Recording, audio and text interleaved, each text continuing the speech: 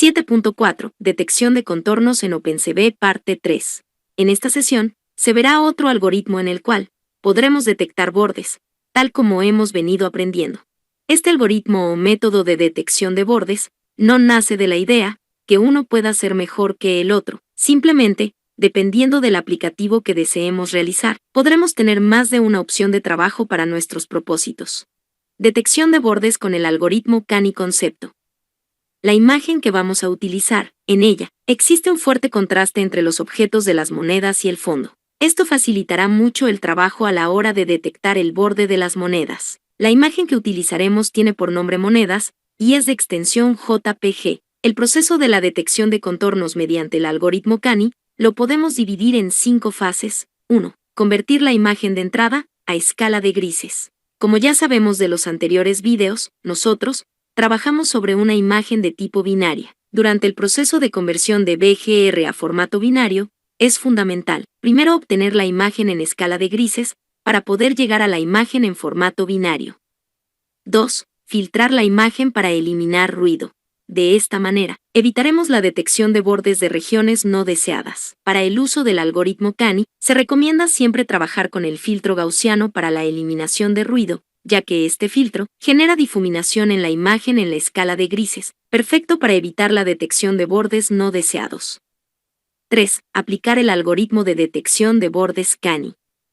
La función cv2.canny hará la conversión de la imagen de escala de grises a una imagen de tipo binaria. Normalmente, con la función cv2.3solve, y mediante el valor del umbral en su argumento, nosotros determinábamos los elementos de interés dentro de la imagen binaria y se le asignaba el valor de intensidad 255. Con la función Canny, y mediante la aplicación de un umbral de histéresis, es decir, elegir el valor mínimo y máximo para un rango de umbrales. Estos umbrales serán aplicados a la imagen en escala de grises, es decir, la variable del primer argumento. Con estos umbrales, determinaremos qué píxel forma parte del borde del elemento de interés, o qué píxel forma parte del fondo de la imagen.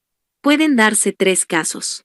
Primer caso: si el valor del píxel es mayor que el umbral máximo, el píxel se considera parte del borde, por lo que, en la imagen binaria de salida, tendrá el valor de 255. Segundo caso: un píxel se considera que no es parte del borde, si su valor de intensidad es menor que el umbral mínimo, por lo que, en la imagen binaria de salida, tendrá el valor de 0.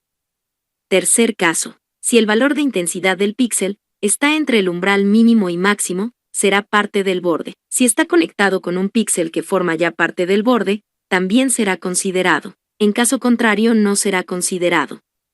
4. Con la función cv2.findContours, hallaríamos los bordes de la imagen binaria obtenida con la función cv2.canny. 5. Con la función cv2.drawContours, dibujamos tales bordes, ya teniendo una noción del modo de trabajo de la función cv2.canny. A manera de ejercicio, lo que se quiere es hallar y dibujar el borde de cada una de las monedas presentadas en la imagen monedas.jpg, usando el algoritmo de detección de bordes Canny.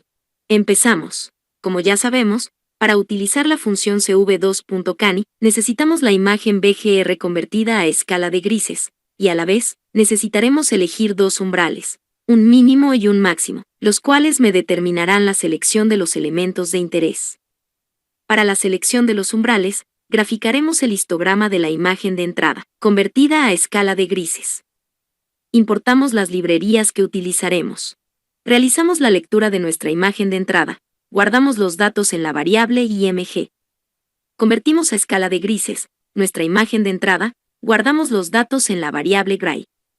Utilizamos la función cv2.calcHist para calcular el histograma de la imagen. Ingresamos los argumentos de entrada, nombre de la variable con los datos de lectura de la imagen a trabajar, número del canal, región de análisis, subdivisiones para el eje de las X, valores máximos y mínimos que se buscarán en la imagen. Guardamos los datos de salida en la variable hist. Con la función plt.plat, interpretamos los datos de salida de la función histograma, mediante una gráfica. Con la función plt.show, mostramos tal gráfica. Asignamos etiquetas a la gráfica. Para X, intensidad de iluminación. Para Y, cantidad de píxeles. Mostramos la imagen de entrada y la imagen de entrada en escala de grises. De etiqueta, colocamos imagen para la variable IMG e imagen en escala de grises para la variable gray. Completamos nuestro código con las dos últimas líneas. Ejecutamos la celda y tenemos.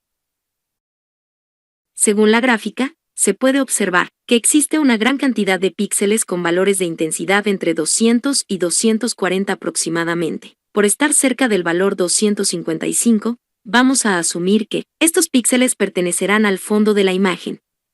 De acuerdo a los tres casos de aplicación para la función Cani, vistos anteriormente al principio del video. Haremos uso del caso 2, ya que, como se ve a simple vista, los objetos de interés poseen píxeles de valores de intensidad diferentes al fondo. Si como umbrales mínimos y máximos para la función Cani, utilizamos los valores de 200 y 230 respectivamente. Nuestros elementos de interés, por tener píxeles de valor de intensidad menor al valor mínimo del umbral, no serán dibujados, por lo que tendrán el valor de 0. Sin embargo, en el borde de estos elementos están los píxeles del fondo de la imagen, y estos están dentro o son mayores de los umbrales ingresados en la función, por lo que estos sí serán dibujados. Sin embargo, podemos notar que el fondo también tiene píxeles con valores dentro del rango y mayores a los umbrales seleccionados. Entonces, también se tendrían que dibujar estos píxeles, originando un problema, ya que no solo dibujaría los bordes, sino también el fondo de la imagen. Parece contradictorio y difícil de entender, pero la explicación radica en que el proceso de la detección de objetos para la función Cani se divide en tres pasos. 1. La detección de bordes con Sobel. El operador detector de bordes Sobel se basa en el cálculo de la primera derivada. Esta operación matemática mide las evoluciones y los cambios de una variable. Básicamente, se centra en detectar cambios de intensidad dentro de la imagen. Cuando hablamos de bordes de una imagen, hablamos de los píxeles donde hay un cambio de intensidad. En una imagen como la que estamos utilizando para contar las monedas, hay un fuerte contraste entre el fondo y las monedas. El objetivo es poder detectar este borde a través de la primera derivada. 2. Supresión de píxeles fuera del borde mediante la supresión non-maximum. El objetivo de esta fase es poder quedarnos con aquellos bordes que tengan de grosor un píxel. La supresión non-maximum es una técnica que permite adelgazar los bordes basándose en el gradiente entre las regiones con variaciones de intensidades. 3. Aplicar un umbral de histéresis. Básicamente consiste en determinar un umbral por el cual se decide si un píxel forma parte del fondo o forma parte de un objeto, teniendo en cuenta los tres casos presentados anteriormente. He ahí la explicación del por qué la elección de estos píxeles como bordes de los elementos de interés dentro de la imagen. A manera de conclusión y sin mucho palabreo, si nos ponemos a pensar en los tres casos de aplicación del algoritmo Cani, nos daremos cuenta que la función tomará como borde aquellas regiones con altas variaciones de intensidad, tal como se puede apreciar entre los elementos y el fondo de la imagen. En esta celda, te dejo el código para la detección de los bordes de los elementos de interés, utilizando las funciones ya conocidas desde los anteriores videos. Si notas, empleamos el operador de umbralización inverso para obtener la imagen binaria, ya que el fondo de la imagen es mucho más claro que los elementos de interés. Además, en la función cv23solve, ingresamos el número 200 como el valor del umbral, tal como se puede observar en el histograma hallado anteriormente. Y en esta celda, hallaremos la imagen en formato binario con la función Cani, para luego hallar las coordenadas que forman los bordes de los elementos y dibujarlos con las funciones ya conocidas.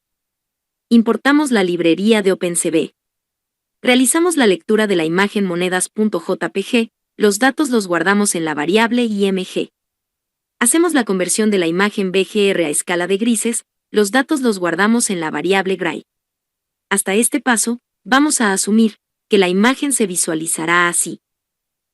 Sin embargo, para mejores resultados en la función Cani, necesitamos que la imagen en escala de grises esté un poco difuminada. Para ello, aplicamos el filtro gaussiano, escribimos cv2.gaussian_blur, paréntesis. Dentro de los paréntesis, ingresamos el nombre de la variable que guarda los datos de lectura de la imagen en escala de grises, seguido, el tamaño de la matriz gaussiana, es decir, la máscara, por último, la desviación estándar del núcleo de Gauss.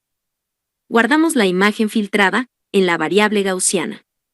Escribimos cv2.cani paréntesis, ingresamos sus argumentos de entrada. Primero, el nombre de la variable de la imagen en escala de grises, previamente filtrada. En los argumentos restantes, ingresaremos el valor de los umbrales, explicados anteriormente. Guardamos la imagen en la variable cani.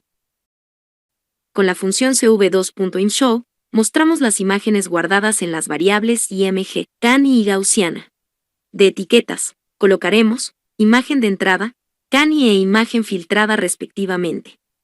Completamos el código con las dos últimas líneas. Ejecutamos la celda y tenemos. Tal como vemos, obtenemos los resultados esperados. Observamos la imagen en escala de grises algo difuminada. Por teoría, es requisito para la función cv2.cani que la imagen de entrada se encuentre previamente filtrada. Por ejemplo, ¿qué pasaría si, como argumento de entrada en la función cv2.cani, ingresamos directamente la imagen en escala de grises, sin ningún tipo de filtrado? Mostramos la imagen en escala de grises sin filtrar, de etiqueta colocamos, imagen en escala de grises. Ejecutamos la celda y tenemos. En la ventana imagen en escala de grises, a comparación de la ventana, notamos una mayor nitidez en la imagen. Esto provoca que existan más regiones con variaciones de intensidades, por lo que, la función cani los asume como bordes de los elementos, obteniendo estos resultados en la imagen binaria. He aquí la importancia de aplicar el filtro gaussiano a la imagen en escala de grises, antes de ser binarizada por la función cani. Cambiamos el argumento de la función cv2cani, y lo dejamos como estaba. Ahora sí, luego de tener la imagen binarizada con la función cani, hallaremos y dibujaremos los bordes que se forman en la imagen binaria con las funciones ya conocidas. Copiamos la celda anterior y la pegamos en la actual. Escribimos cv2.findContours paréntesis, ingresaremos los argumentos de entrada, variable con los datos de la imagen binaria, modo de recuperación de contorno externo, y por último, modo de aproximación del contorno simple. Guardamos los datos de salida en la variable contornos. Dibujaremos estos datos sobre la imagen de entrada BGR, escribimos cv2.drawContours, ingresamos la variable de la imagen de entrada BGR. En el índice escribimos -1, ya que queremos que nos dibuje el contorno de todos los elementos encontrados, color de la línea de dibujo, y por último grosor de la línea. Ejecutamos la celda y tenemos. Efectivamente, podemos visualizar los resultados esperados. Lo que diferencia entre un resultado de salida y otro, para este mismo algoritmo, está en la elección de los umbrales adecuados. Así que, de acuerdo a la aplicación que estés haciendo, y los resultados que quieras obtener, te aconsejo que elijas los umbrales que más se acerquen a tus necesidades. Esto a modo de prueba. Sin más, nos vemos en el siguiente video.